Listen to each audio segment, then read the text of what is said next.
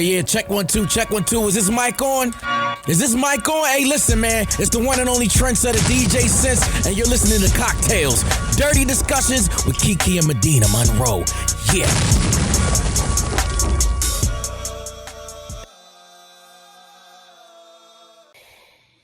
Today's cocktail is called Up All Night. The ingredients you need are some Grand Marnier, some cream soda, some cherries, real or fake, and some ice. So what you want to do is fill a cocktail shaker with some ice, pour in however many shots of the Grand Marnier you would like. I'll probably do about 3. Put a little splash of cream soda because it gets really fizzy. Shake it up and then drop your cherries on top and pour into a cocktail glass. And that is an Up All Night. I actually had that drink and it was very delightful. I love cream soda. I don't drink soda a lot. It's something about that cream. It really is like creamy fizz. I love it. I love cream soda. I have a cream soda that's in my refrigerator right now, and I'm saving it for a rainy day. Oh, I do that too. Just one. Yeah. Okay. Welcome back to Cocktail Share Discussions, you guys. How are you, Medina? Hey, y'all. I'm doing really good. I feel like today was a new moon. And I set my alarm clock for a reminder for 11:16 a.m. because whenever it does what it does, that's when it was doing it. And I'm trying to get better with the whole moon and stars stuff. And so Hannah was like, make sure you set your new moon intentions. Girl, I pulled over on the side of the street, was setting my new moon intentions. Oh my God. Writing them down, but I feel good. Today was a very productive Monday. I'm trying to look at Mondays as not such a negative thing. Like, you know how we just all are like, oh, it's Monday. It's the beginning. Love Monday. I normally don't, but I'm learning to like Mondays. Today was a real Monday, but yesterday also felt like a Monday, and it's just every day feels like a Monday. Time management. Yeah. I'm still sleepy. Me too, girl. I'm sleepy. I'm still very tired. I'm trying to work through it. Today was a very long day. I mean, I don't know any other way to put it. It was long. I feel like I did a lot and I still have so much more to do, like take out my braids. Just a lot of little busy work things. We had a staff meeting today, which we never had. On Zoom or in real life? Girl, you think I'm going up to that office? on Zoom. So it was like our end of the year meeting, and they were gonna do a Christmas party next week. On Zoom? No. In real life, but they got canceled, thank goodness. I mean, a lot of you guys, I work at a radio station. I know some of you new listeners may not know that, but a lot of our personalities, they're still hosting parties and they're in the clubs all the time. I wasn't going. I'll be in Texas anyway. But yeah, so busy day. I'm happy to get this week going because next week is going to feel like a mini vacation. The week that you guys are hearing this, actually, it's Christmas time. Merry Christmas. I hope that you Merry are Christmas, on everyone. Santa's good list. Nice list. It's the nice list. Naughty or nice. A bunch of y'all are probably on the naughty ones. Well, my sister's baby shower was on Sunday. And it was a great turnout. I've never seen that many people in a Zoom baby shower. It was about 50 people. And I was literally like, wow, people really love you. It was family, news people. My aunt, my dad's younger sister, my Aunt Elle, she really had jokes. She was like, look at y'all smiling with all them teeth. It looks like piano teeth. I was there. I said, Mom, get your sister-in-law. I caught that. I still have some of the things from the scavenger hunt. I got back from looking for my scavenger hunt items and y'all had moved on to something else. And I was like, well, damn. Okay.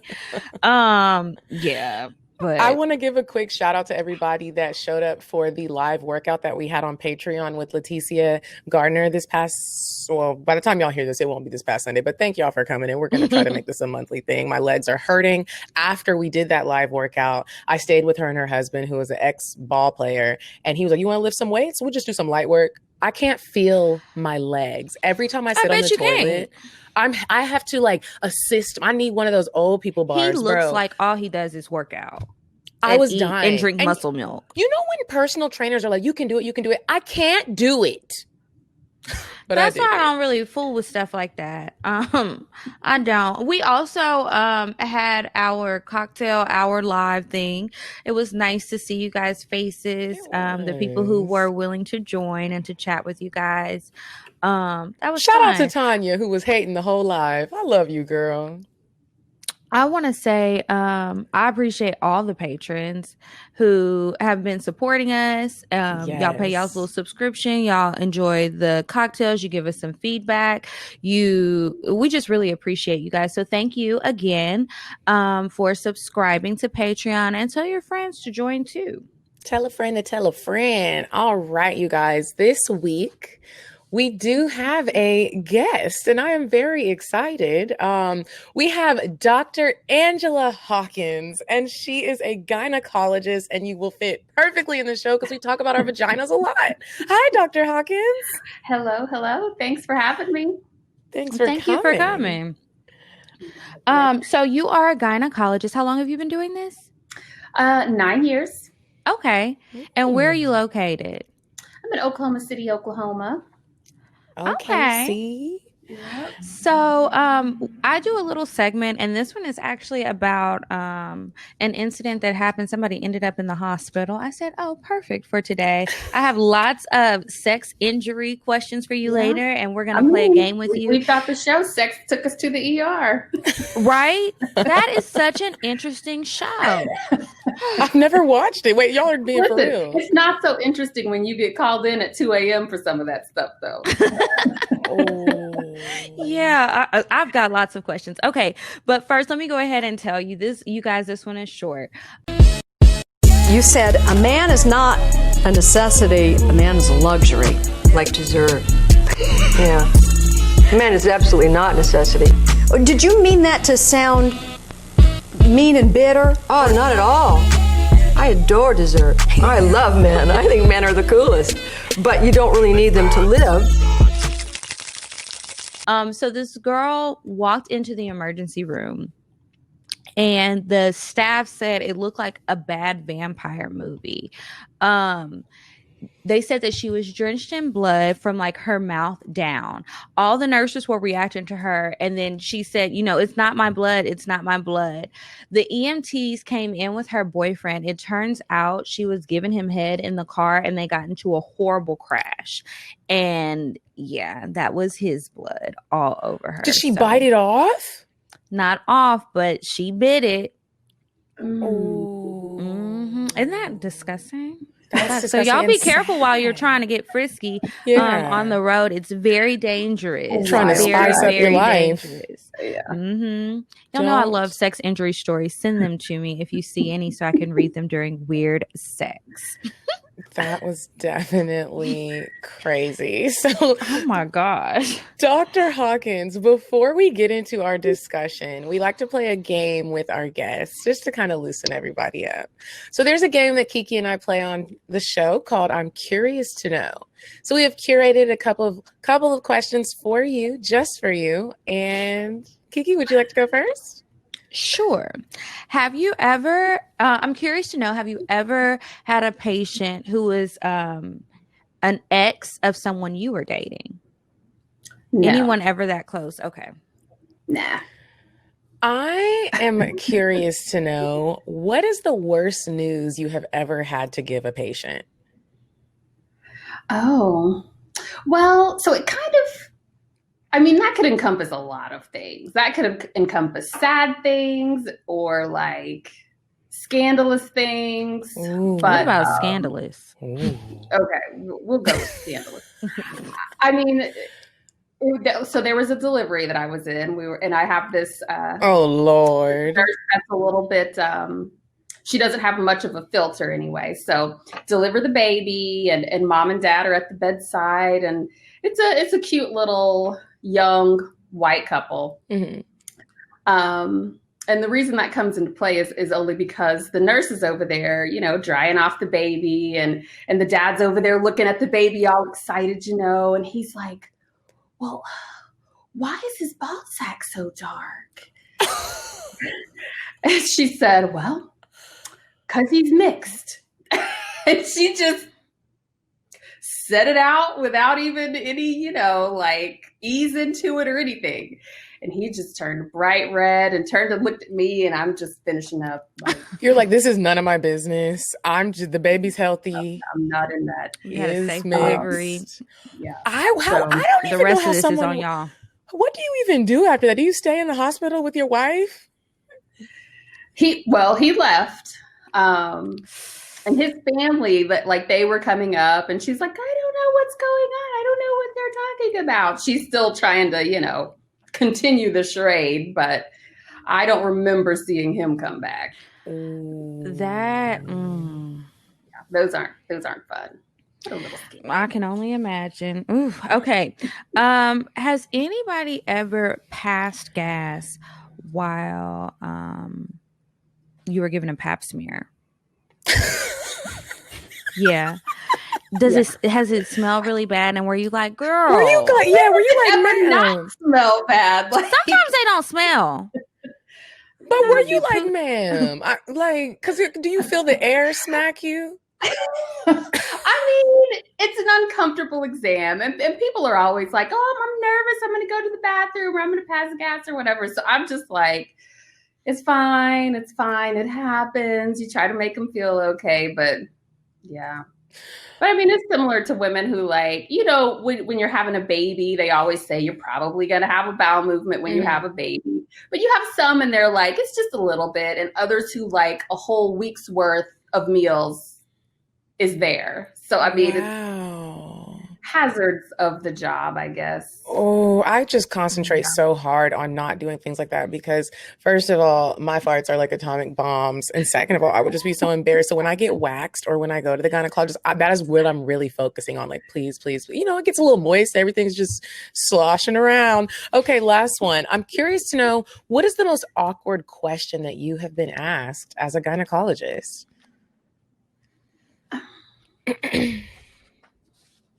About awkward. I guess I'm just so used to people asking like personal questions that I guess I don't even consider them awkward anymore. Like, people ask me about, I mean, even older people like ask me about sex and things like that. And the other day I had a patient who was like 26 and should already know this by now, but she's like, so what's the right way to wipe? Is it back to front or front to back? And I'm like, I'd be like, and here is your prescription for BV because you got it. Right.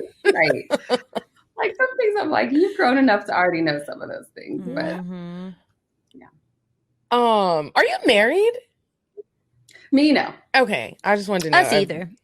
Yeah, we're single. Hey, if you know anyone, if you have any colleagues, any of those OKC Thunder players, send them our way. Doctors would be fine for me. Okay, so Dr. Hawkins, why did you become a gynecologist? Did you always want to do this? Well, I didn't actually go to med school thinking I was going to be a gynecologist. Like, I think some people go in and they're like, oh, delivering babies would be fun. But, you also think about all of the not so pleasant sides of being a gynecologist. So I went in thinking I would do like pediatrics and, play with babies. But then I realized, like, it's a lot. Pediatrics is a lot of clinic and the same stuff, like, all day, every day. It's just kids, babies, clinic all day.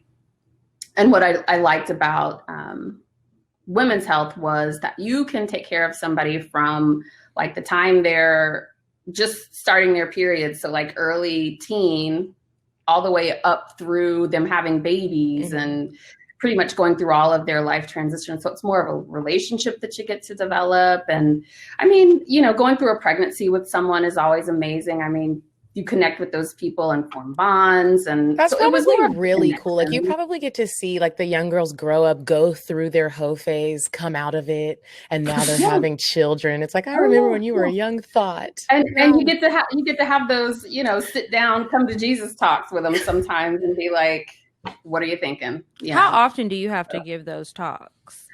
All the time. Like every day. All the time. I love doing it, actually. Like, I'm like, send your teenagers to me because I'm not going to lie. Like, I love sitting down and being like, let's talk. I feel like I love a them. lot of doctors should do that if you have, teenagers for a long time, because they might learn a lot, especially about like STDs. Like, all right, girl, I let's think sit down and people are going to talk. be more open to a doctor who they're comfortable with than they would be with their parents. Yeah. Well, and there's a lot of it. A lot of times they don't want to talk to their parents. They're irritated by their parents, or they're embarrassed to talk about it with their parents. So I kick the parents out of the room and say, okay, let's talk. Let's have a real discussion. Yeah. I like when doctors get real. Because then you can be The like, mom's okay, always let me like, be "Let me honest. come out." When you were asking me the questionnaire questions, I lied about this one. I've had that too. Like, So when the patients my are mom lying told me about that all stuff, of these are lies. when patients come to you and they're filling out this questionnaire and then you realize that they're lying, like, what do you tell them? And is this happening every day? Because I feel like it probably does. It happens a lot. Like when they come and they say, no, I'm not sexually active, but then at the same time, they're like, well, can you swab me for this? I'm like, but why? Like, what are adults lying about? Why? So, yeah. I can tell you What what do adults adults lie lie about about? because I've lied about it. When they ask you how much, like, there's something about unprotected sex. Like, how often do you have unprotected? I always lie on that because I'm just like, when I was in college, my gynecologist at the school, he was like the clinic gynecologist. He scarred me. Like, I lied. I started lying from that point on because when I told the truth, he was like, well, do you like getting BV? And I was like, his name was Dr. Hood. I was like, Dr. Hood. I'm like, I guess I should start lying. You tell the truth and you're scolded. I just give me the medicine, sir. Yeah. I mean, they lie about like how many partners they've had. That's a question. If they've ever had STDs in the past. And I mean, sometimes you can see the labs from the past and you're like, okay. Oh, that's embarrassing. If someone lies about having an abortion, can you tell when you go inside of their vagina that they lied? No, well, not that. Like if somebody tells me they've not ever had a baby or like a procedure or something like that, then sometimes I can tell that they've had something before, whether it was an abortion or a procedure or an actual delivery. You know, I can tell something happened, but not necessarily what. But yeah. See, y'all stop lying to the doctors. It'll make it so much easier if you just tell the truth. I'm the last person you should lie to. Like, I can help you. I guess people just are so like fearful of being people judged. Are scared. Yeah. You're like the dog, and it's uncomfortable. You're already there with your pants down. True. Farting in her like, face.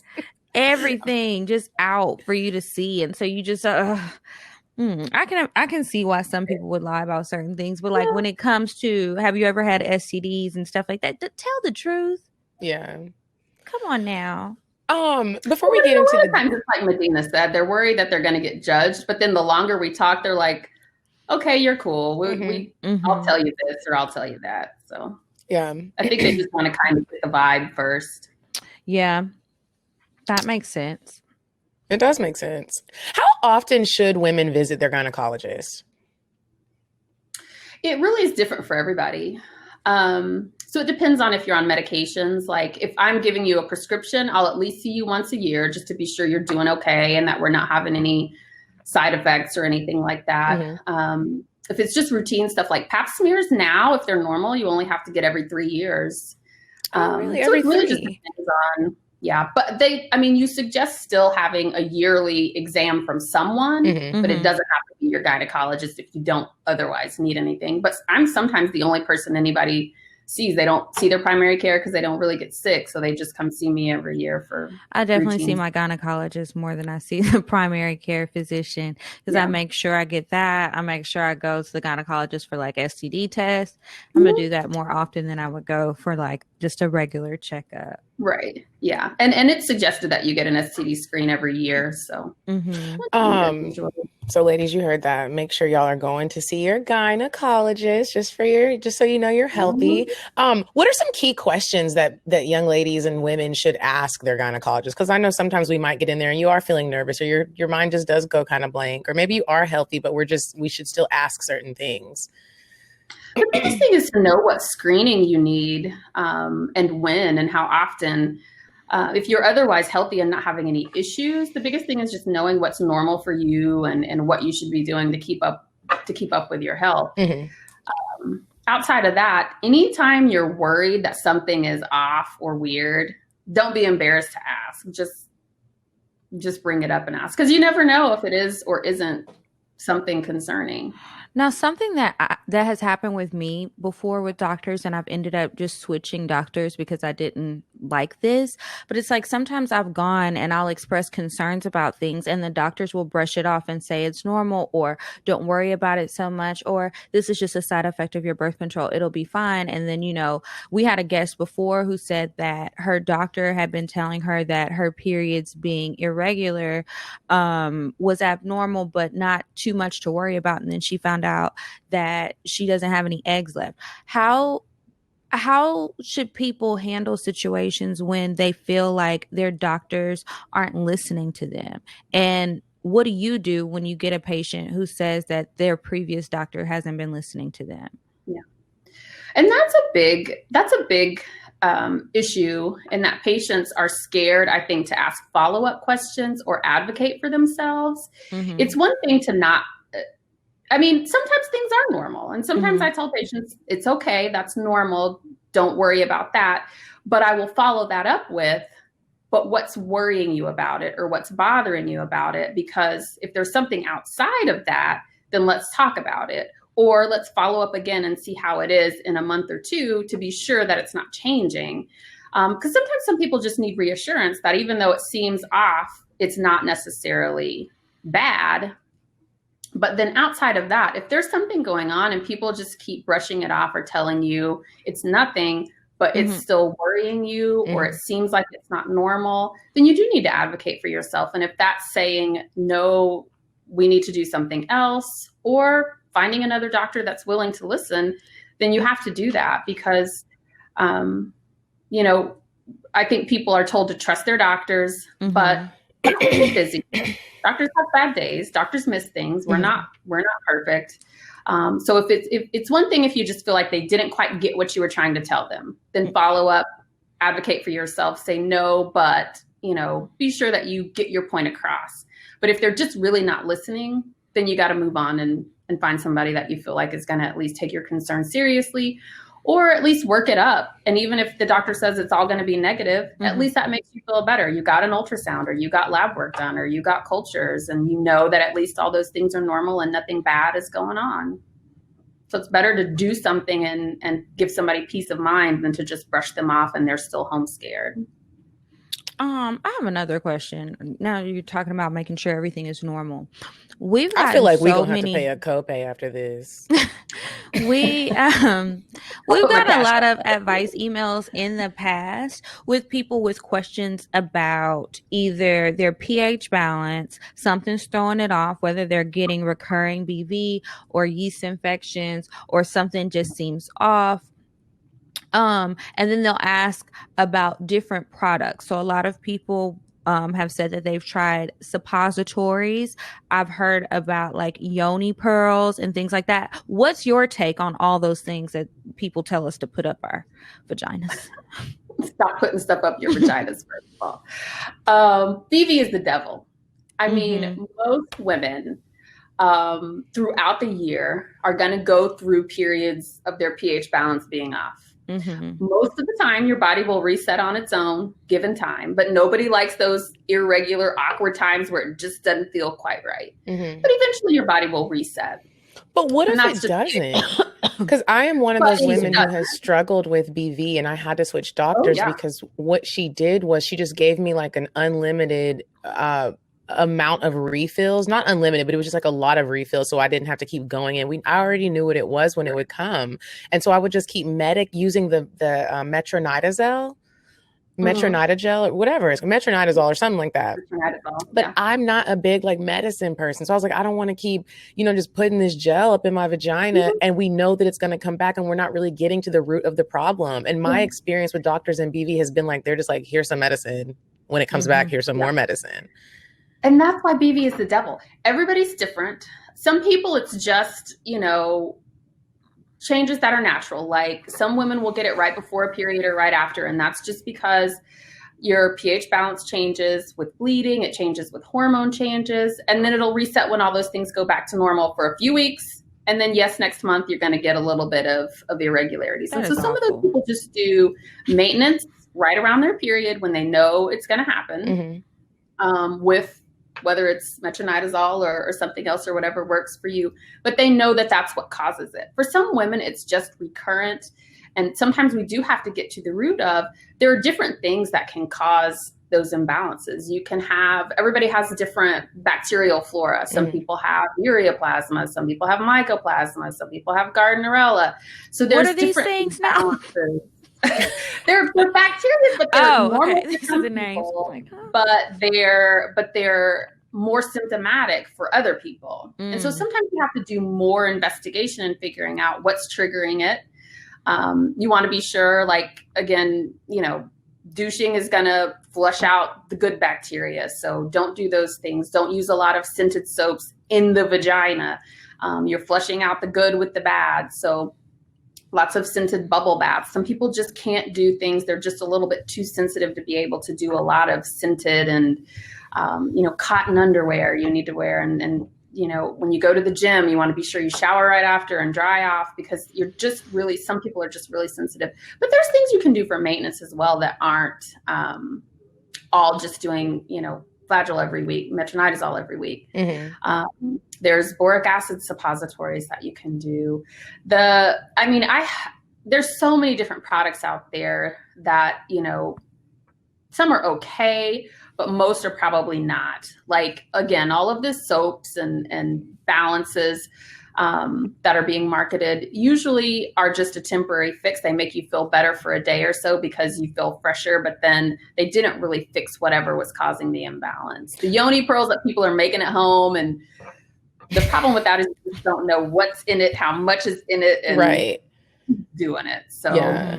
We get people all the time that are like, can I send you the samples? And I'm like, girl, this is my vagina. Like, you're making it at home. Who all is touching it? I can't try that out. I can't try that out. Yeah. And BV has such the smell is literally like a sewer. I don't understand why. What creates that smell? It's the bacterial imbalance. So it's those extra, it's usually an imbalance of your normal bacteria, but when it gets out of alignment, then that thing is like, whoa. But we really spent some time on the BV. I feel like some of y'all will really people have appreciate that issue a lot. I feel like we are constantly getting girls talking about it. And when we've had a guest on in the past who said that she was constantly getting BV, nothing was working. And the amount of listeners who wrote us and they were like, I have gone through this too. It's crazy. Yeah. Yeah, it is crazy, and it's really not fair. I have another question. And I think I asked you this in high school, Kiki. I don't know why I remember this. We were walking up the stairs of the 400 block, and I don't even remember why I asked you this. But Dr. Hawkins, can you get pregnant through anal? And this might be one of those grown people questions that, like, it is. I should know. But is it possible? So, not technically just specifically anal. But the issue is that usually it's not, unless you just go straight for it, usually there's some contact elsewhere beforehand. And so even like pre-playing, if there's any possibility that some sperm is going to get near the vagina, then it's possible. Okay. Even if it's not like fully vaginal sex. But there aren't any like back doors in your booty hole where the sperm can sneak through and get inside. No. Okay. Just want to, because if you have, so that would be called a fistula, where there's an opening between the rectum and the vagina. Oh, that's a thing. And we definitely don't need to have any openings, because imagine all the other infections and things that you would get. Yeah. And things that would be coming out of the wrong spots. Yeah. So you would know. Okay. So no, there's no connection there. Is anal unhealthy to do? Like, I know we've made that into like a thing and people enjoy it, but is that something that should the booty hole be off limits? The biggest, one of the bigger risks is infection risk, because there's more bacteria obviously there. So you just have to use a lot of good hygiene. And then there's increased risk for hemorrhoids, things like that. And then anal loosening. So then there's an increased risk for Like rectal leakage. leakage. If someone is having like a booty hole problem, do they tell you about that, or do they need to go see somebody else? Are you like, that's not my area? I mean, there's a branch of gynecologists that are called urogynecologists. They're the and booty hole gynos? They do. They deal with bladder, like vaginal loosening, and then they'll do some rectal repair as well. Wow. Yeah. See, that is making my booty hurt right now thinking about it. It's actually making mine hurt too. I'm like, wow. It's like you're a whole tight, booty like hole when you're doctor. constipated. Everybody is like, puckered listening right now. mhm. So I saw on TikTok, and I don't know if this is real. My best friend told me to ask that guys were going around saying that there are smooth vaginas on the inside and then there's textured vaginas. Is that true, or do they all? It's just wet, right? I mean, for the most part, they're all textured. Like you have what are called rugations. Like the reason that vaginas are able to expand for sex and they're able to expand to have a baby is because you've got this like, what we call rugations, or like these folds in the vagina that allow things to expand. And so they're all kind of textured. Now, when women get into menopause, some of that goes away and the tissues kind of tighten up a little bit and it's a little more smooth. But in young, otherwise healthy women, it's not. I mean, they're all textured or, have folds and things like that. So you can't really have a loose vagina. Like when people, and maybe this is more of like a high school thing, but they're like, oh, and she was loose. And can you really get loose? Yeah. She's like, sis, it can. A little bit. I mean, for the most part, again, though, vaginas are very forgiving. So I think when guys say stuff like that, it's just to make themselves feel good because sometimes they're just a little bit small. But I mean, in general, like I said, vaginas are very forgiving. They're very expandable. So it's not so much that they're, I mean, it's like you can put a tampon in. So, and it stays in. Right. So maybe if your penis is smaller than a tampon, then it might feel a little loose. Even like when you say someone's got like a stretchy vagina, it all kind of like collapses in on itself. It's not like it's just this big gaping vast sinkhole area. Right. So, yeah. The vaginas are. I think men say that to make themselves feel better. I agree. Right themselves. Let's talk about queefing. I absolutely hate the sound of a queef. I hate when I get up out the bed and all of a sudden it's just like embarrassing. It's so embarrassing because you're like, it's borderline like farty sound, and then you just can't. It's just doing what it wants to do. It's just bilingual down there. Why does that happen? Just air gets in there. Just depending on. I mean, if you've had sex, then obviously some air is going to get pushed in there. Or, I mean, even sometimes a position change, if it happens right, a little bit of air will suck in there. It's just air. It's just. I want to ask another question. So what happens? Well, not what happens. What can people do if their vaginas are starting to dry up? Well, so it depends on what the problem is. What could the problem be? Well, so sometimes women that are on birth control, because birth control gets you at a nice, low, steady state of hormones. So sometimes, especially if you're on a low dose birth control or you're on a birth control that has low estrogen in it, the vaginal tissues, those mucus glands, don't get as much hormone stimulation as they normally do. And so it can feel a little bit more dry. But sometimes women describe dryness when what they're really feeling is tissue sensitivity. It feels scratchy, which they can't really describe more than by saying it feels dry. And so really sometimes it's tissue irritation, or it's tissue irritation that is kind of keeping those mucus glands from being as active as they should be. So a lot of times I'll have patients come in and we'll be sure we don't have some inflammation from something and do some cultures. But if we feel like if it's hormones like from birth control or women that are getting closer to menopause and their hormone levels are dropping, then sometimes we'll do a vaginal cream, just kind of just cream it up. When people are on vaginal creams, you should not be having sex, right? Or is it okay? It depends on what cream it is. If it's a medicated cream, it's not harmful, but I mean, if you have sex right after using it, it's just all going to come out. Yeah.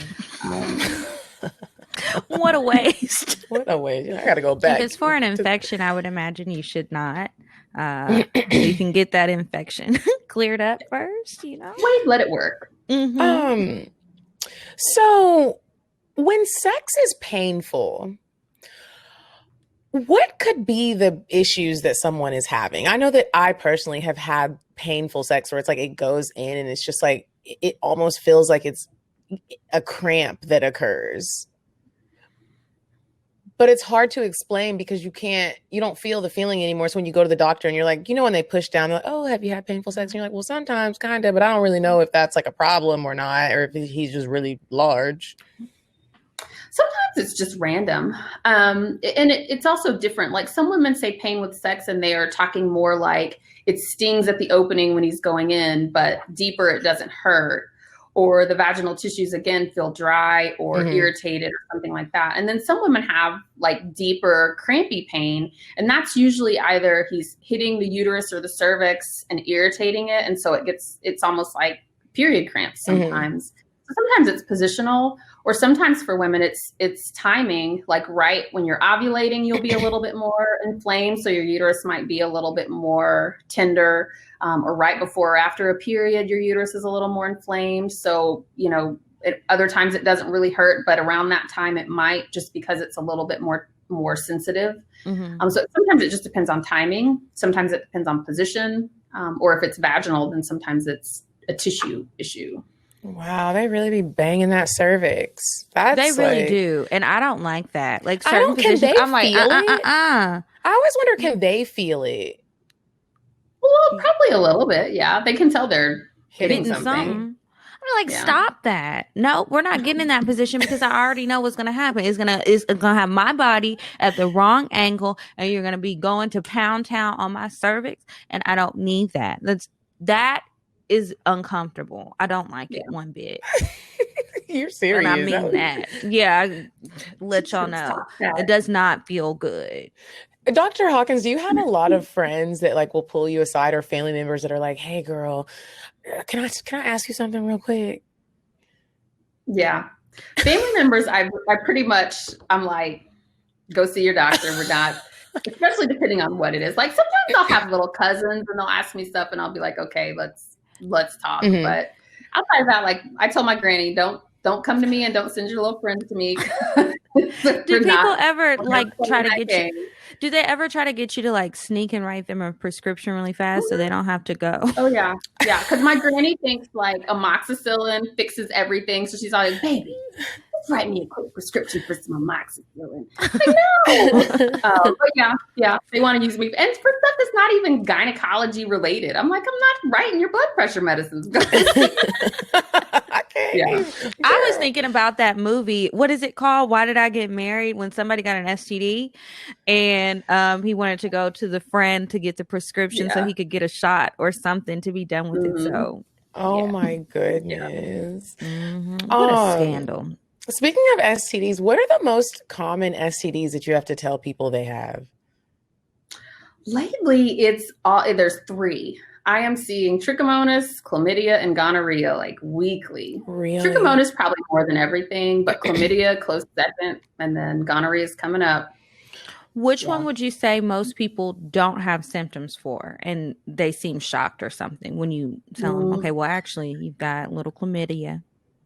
All 3 of those are, I mean, if you're really paying attention and you like know yourself, all 3 of those should be pretty symptomatic because I can tell right away. Like the minute I put the speculum in, I'm like, it's one of the 3 or all 3. When you is give it the them discharge you're seeing?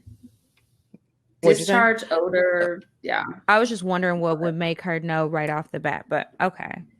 Yeah, well, and then they should have some like itching and irritation with it too. When you deliver the news, you come back with your clipboard, maybe your glasses are on your nose, and you're like, hey, Miss Jameson, you got chlamydia. What is the initial reaction? It's not funny, but just what is the initial reaction that are people just in shock? Like, I know. Usually I'm so surprised that they act like they're not surprised by it. Like, okay, So I just need to go to the pharmacy. Like some They're of them probably in are shock. legit mad. And they get in that car and they cry. I guarantee you. But most of them are like, okay. And then like half the time I have them come back and they call and they'll be like, well, I took one pill and I gave my boyfriend the other pill. And I'm like, No, that's not how it works. So they still got it. For me, that would bust up the whole relationship, but they're still chilling. Y'all just multiple playing times. a game of clap back and forth. Y'all just passing it. Y'all just playing it like tennis. Clap back. Yes. The clap back. That is crazy. Mm-hmm. Yeah. Dudes always think if you're good, I'm good. They do. And that's so annoying. No. Yeah. No. Yeah. Go get your ass tested just like I do. Have you ever had any sex workers as patients? Yeah. Do they tend to be more like safer and more on top of their sexual health than the average person? No, unfortunately. Not really. I mean, you would think that they would be more, but I don't know if they just get lax or at that point they just don't care. But a lot of the sex I'm workers usually who come on the treating them show as say that food. they are more than the average person, and I always wonder what an actual doctor would say. Me Because too. you're I seeing always wonder if they're everybody. lying. I might not be the ones that are a little bit more, that take more Proactive. precautions. Yeah. They may not need to come in to see me, but the ones that I see that are coming in, I'm treating them for something usually. Speaking of sex workers, sometimes like when I watch porn and I see some of the crazy activities that people do, like fisting, I just always am like, first of all, how is it physically possible? It looks very painful. And what damage is that creating inside of your body? I mean, again, the vagina is very forgiving, but it's just like you are almost training your vagina to like dilate for that. I mean, nobody starts off being able to accommodate a whole fist, but I mean, the more you do stuff like that, the easier it is. Wow. No thanks. No thanks. That is one thing I've always been like, oh my God, I can't eat. Ugh. Anything that looks too painful makes me nervous. Yeah. Well, I mean, my next question, I'm like, you said that the vagina is forgiving. So I'm assuming that let's say someone has sex with a man in the morning time, and then she has sex with a different man in the afternoon. Can man number 2 tell that there was a man number 1 that morning? I mean, as long as she cleaned up well, probably not. Okay, Maybe if there's still little cum stains and she didn't shower, he might have a clue. But as far as the circumference of your vagina, it will just go back and they really can't tell. Where do these lies come from? Insecure men and men who are constantly trying to control us and what we do with our vaginas. They tell you that to scare you. So if you're thinking about cheating in the same day, you will spread it out. Control. Speaking of control, let's talk about these grips. Let's have a little grip talk. Are Kegels really a good exercise for the muscles in your vagina, or do we just be doing them for no reason? They are, but most people don't do them right. They just don't know what muscles to use. Like I'll have patients in the office and they're talking about like they feel like their muscles aren't right, and so I'll be like, so 2 fingers, squeeze my 2 fingers, and they have no clue how to even use their vaginal muscles. You'll actually put your fingers in and you're like, squeeze. Yeah. Wow. Yeah. I'm going to ask my doctor and she'll do that so I can make sure I'm doing them right. Because I think I am. Why are you in here playing?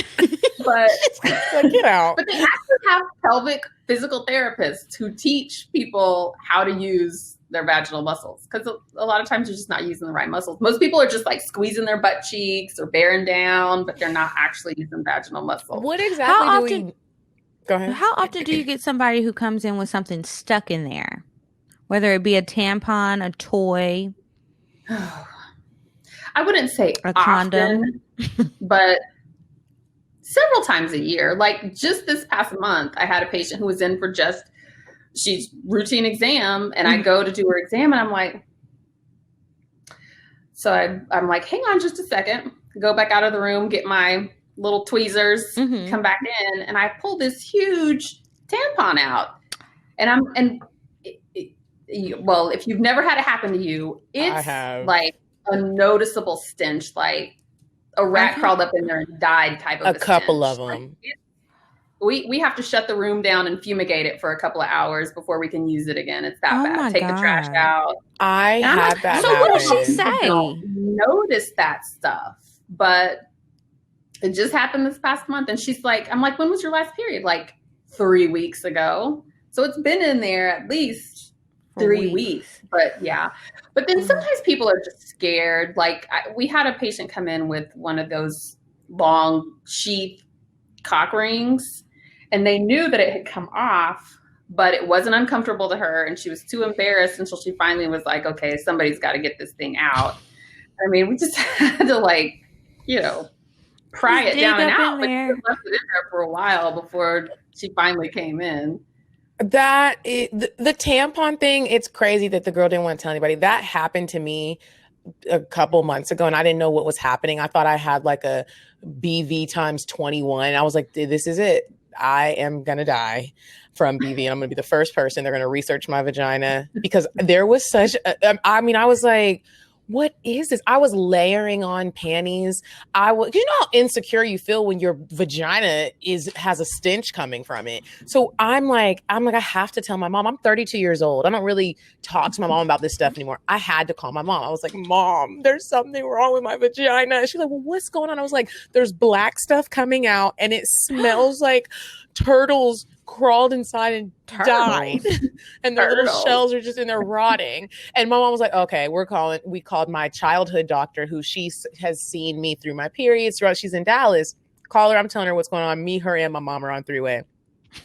She's like, yeah, I don't know what it could be, because I didn't remember that my tampon was in there. What ended up happening one night, I sat in the tub and was douching, like just water, like a water douche. And I was just like, one more time. I was acting like I was giving birth. And then I saw this little thing coming out. I thought it looked like a little foot. And I was like, oh my gosh, this whole time I had a baby in me and it was dying. I mean, I was so scared. I pulled it out. It was a tampon that had to have been in there. And I pulled it out through the water. It lit up the bathroom. I couldn't believe I did that. And what happened was I was drunk, and it was during the summer, and I remembered exactly what day it was. I went to the bathroom and I put in another tampon, not realizing that I had a tampon already in there, and it had been in there for weeks.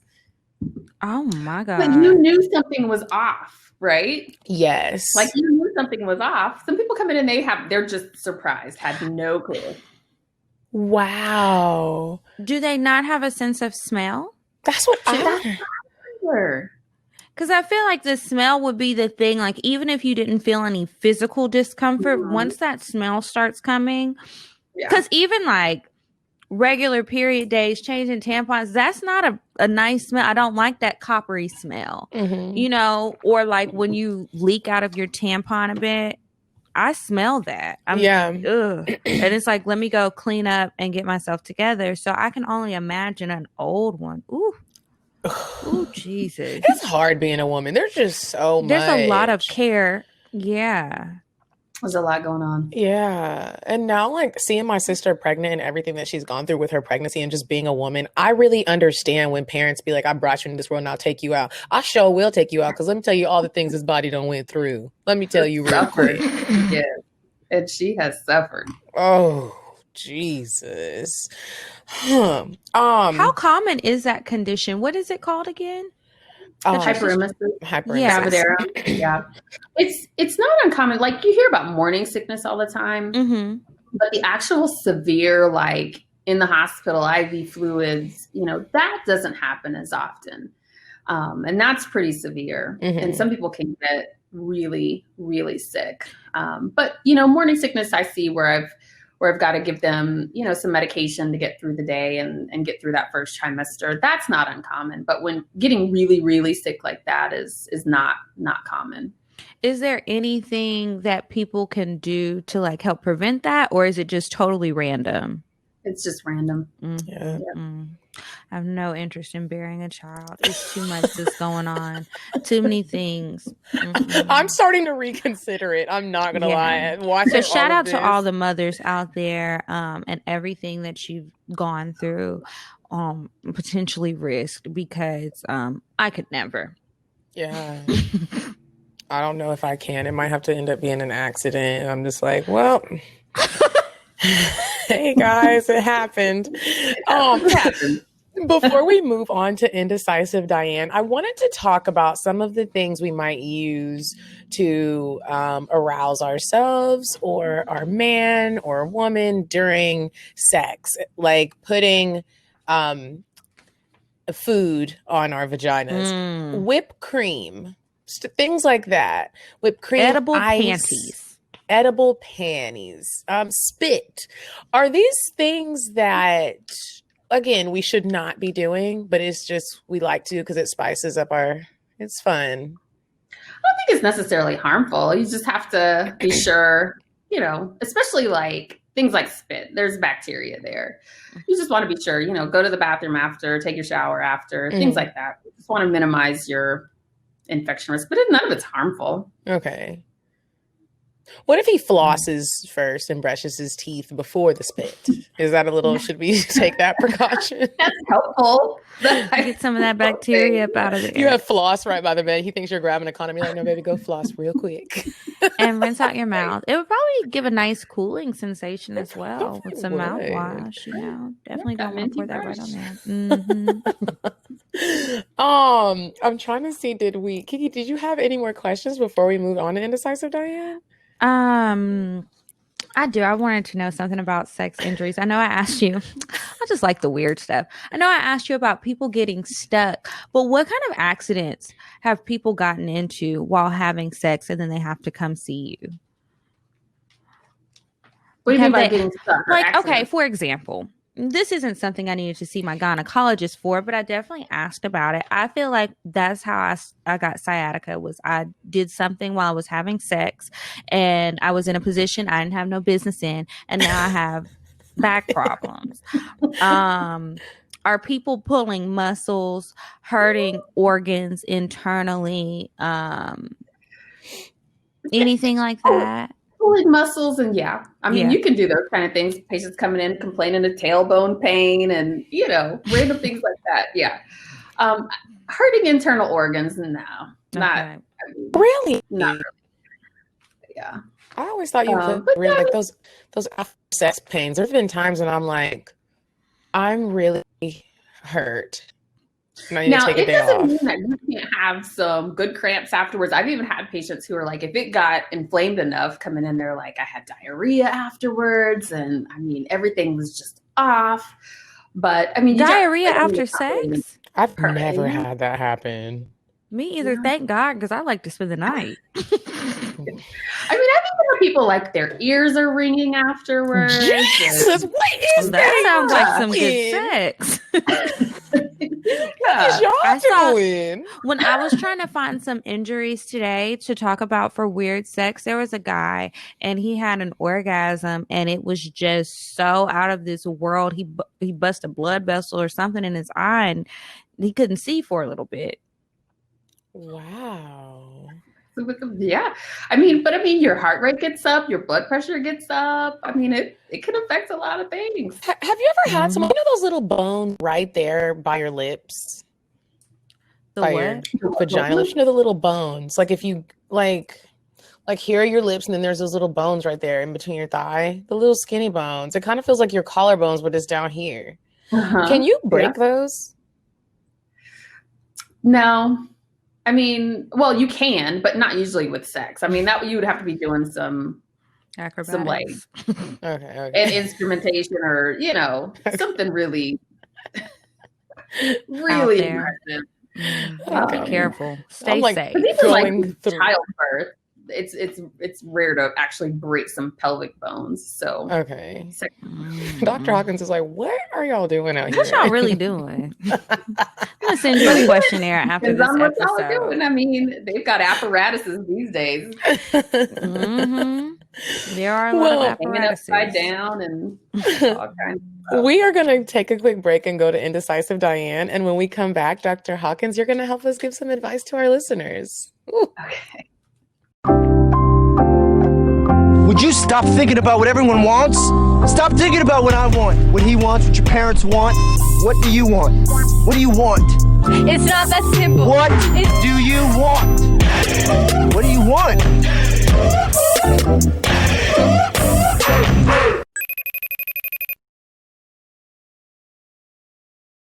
Hey ladies, there's this place.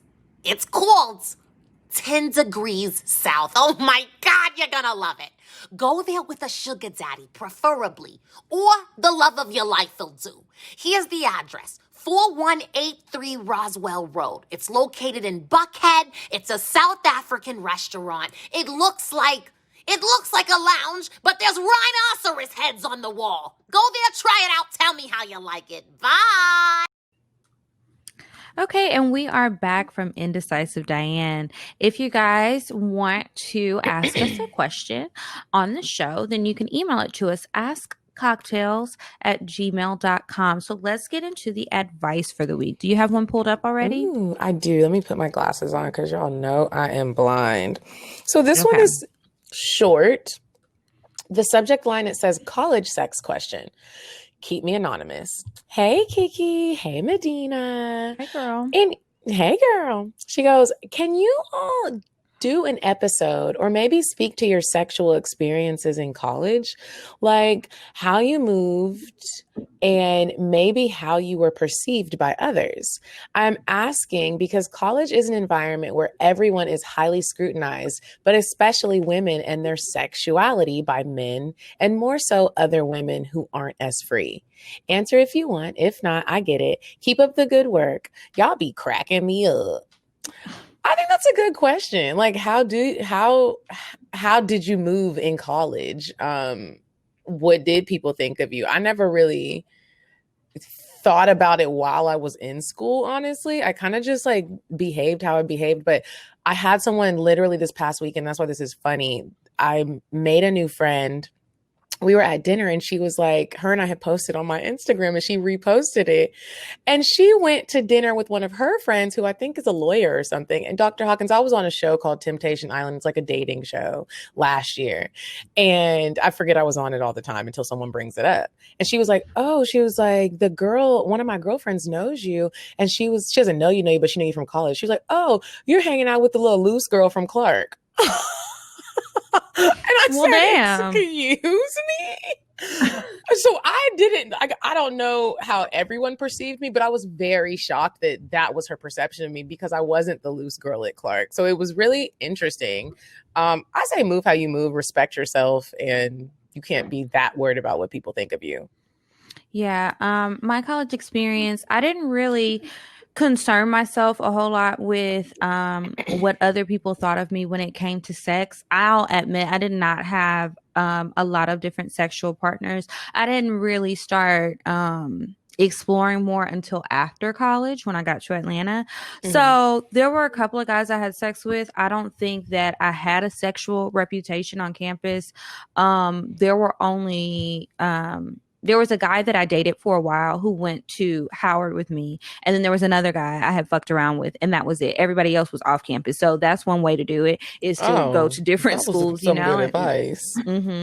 But even still, I didn't really do that much. It wasn't until later. But I think that what I tell people is be more concerned with safe sex while you're in college and just practicing going to the doctor. You need to go to the doctor. You need to get your checkups. You need to make sure, don't worry about what he says about his STDs. I mean, worry about it, but you can't rely on it. Like how guys will feel like because we're good, they're good. No, you need to take ownership of your vagina and its health and be careful. Same thing goes with getting pregnant. Be conscious of that. That can happen. Just one time is all it takes. Like, don't forget that. And have fun. And whether you really are the loose girl or not, somebody's probably going to say it. So just don't let that control you and what you want to do. Dr. Hawkins, do you have anything to add to that? Yeah, I mean, I tell patients, I get a lot of college students come in. Mm-hmm. So the thing I tell them all the time is you can only control you and keeping yourself safe. You have no control over what your partners are out doing that you know or don't know about. And so you have to protect yourself and think about yourself. You have no control over what other people are doing. You only have control over you. And so I tell them always be safe.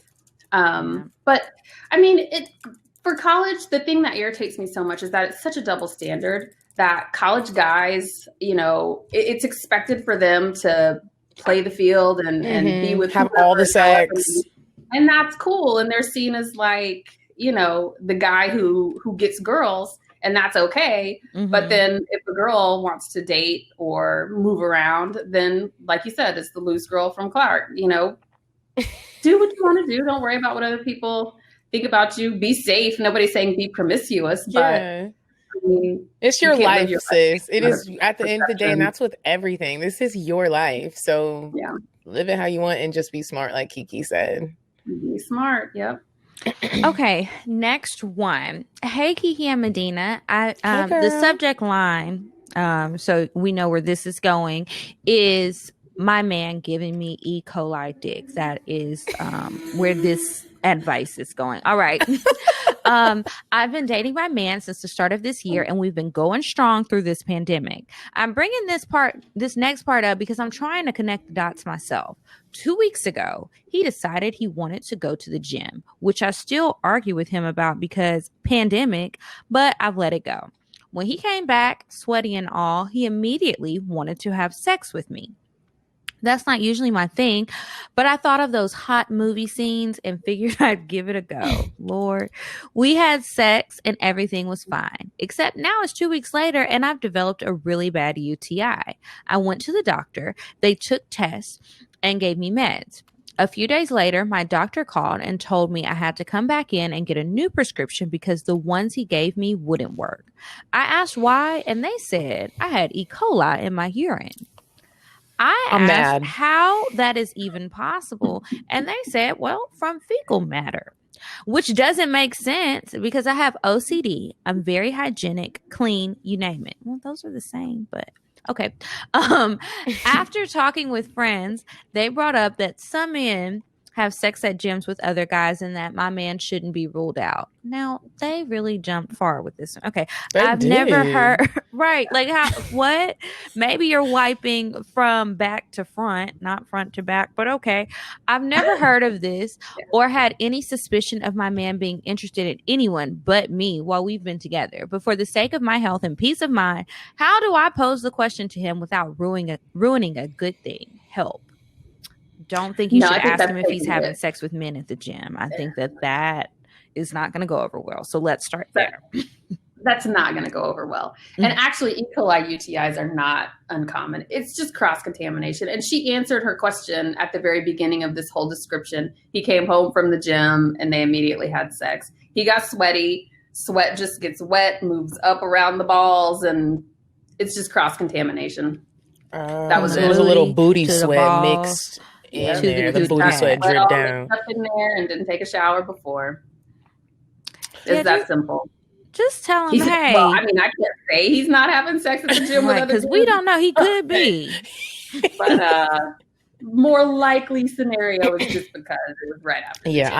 I steer very clear from that after gym sex. As sexy as it sounds, and being Mary Jane made it look really sexy on the show.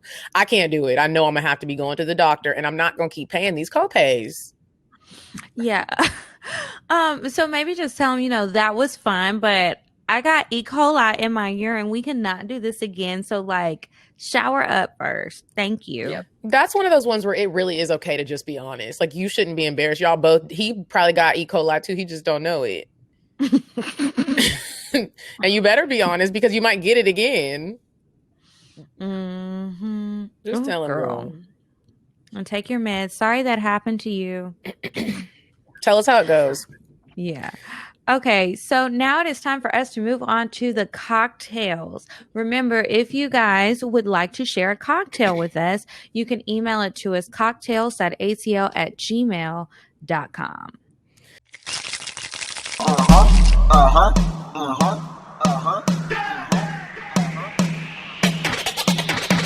I want fuck, I'm gon' fuck 'em. But if he ain't got a buck, I won't cuff 'em. Spend 100 on me, it ain't nothing. Run a double D, so stuff it. Back to the point. Is it some cash in this place? If it is, I'll probably stick the stats in your face, turn around. long ago I was a hoe, was a hoe, was a Dr. Hawkins here on CockTales. We like to start with a cocktail, but we like to end with a cocktail. So we're going to give you some examples. Kiki has an OG cocktail. I'm going to read a cocktail from one of the listeners. And then by the time we're done, you will share your cocktail with us. So she's like, are we gonna run out of time, please? Right? She's like, what y'all got going on over here? I think my computer's gonna die in a second here. Okay, so you want to go ahead and read yours, Medina? Yeah. So this one's is the subject line says 7 days. Hey, ladies. So quick backstory before the tea. I'm a 38-year-old woman, recently divorced mom of two teen girls. My ex and I do half and half with our girls. We've been separated over 2 years now, and we've had no physical contact since. But I have been recycling from my past. One was my very first, and the other is that ex. You know, that one ex, we all have them, shaking my head. Anywho, I recently went new. Not really. We went to high school together and have flirted we have flirted via the social medias, but never had sex. Well, a few weeks ago on my 7 off, I don't know what that means.